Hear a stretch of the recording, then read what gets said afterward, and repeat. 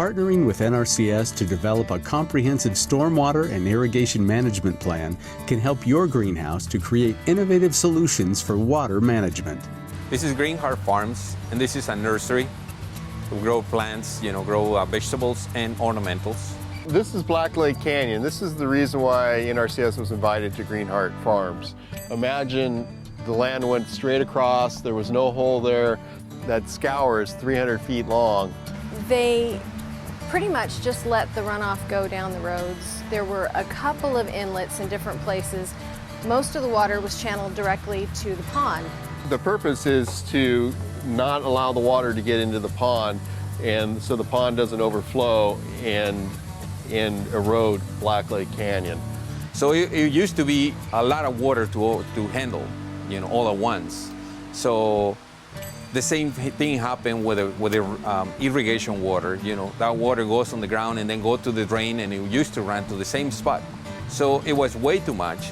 The first thing that NRCS did after assessing the situation here was we decided on a three-prong approach, the first of which was take the irrigation water out of the pond.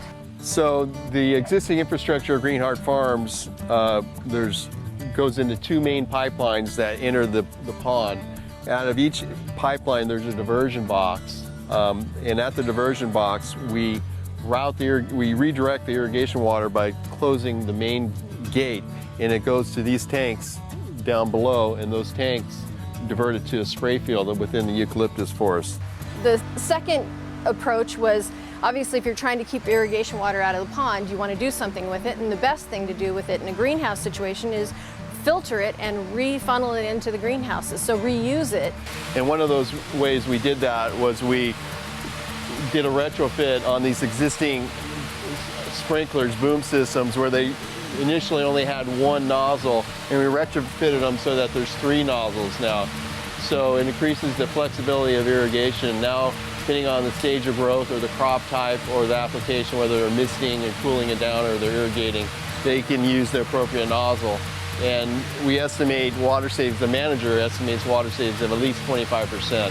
The third approach was to definitely lessen the amount of stormwater hitting the pond. So we have these downspouts that are along the ranges, and they divert the stormwater runoff into drain pipes, and they end on this diversion box. And at this diversion box, you can see there's a screen in there that the water then goes inside the range into percolation vaults.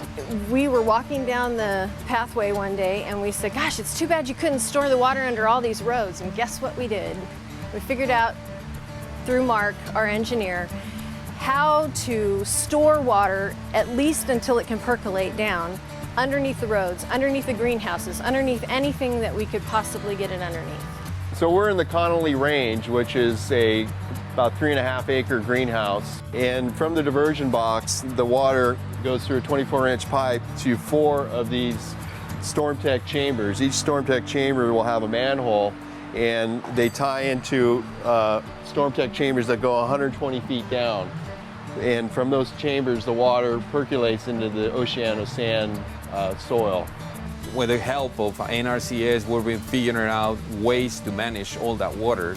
Then now, we collect it on different ways and disperse it on the forest to don't allow it to minimize the amount of water that goes to the pond. The storage of the water and the tailwater return systems, I think, probably paid for themselves in a year, maybe 2. And it's a cost sharing with NRCS. They co-share the cost of all the programs and projects that we've been working on.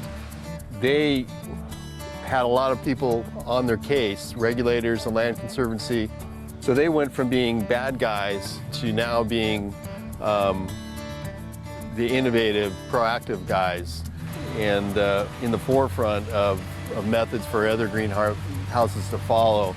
If you'd like more information on water management for greenhouses or other conservation practices, contact the District Conservationist at your NRCS office or visit our website.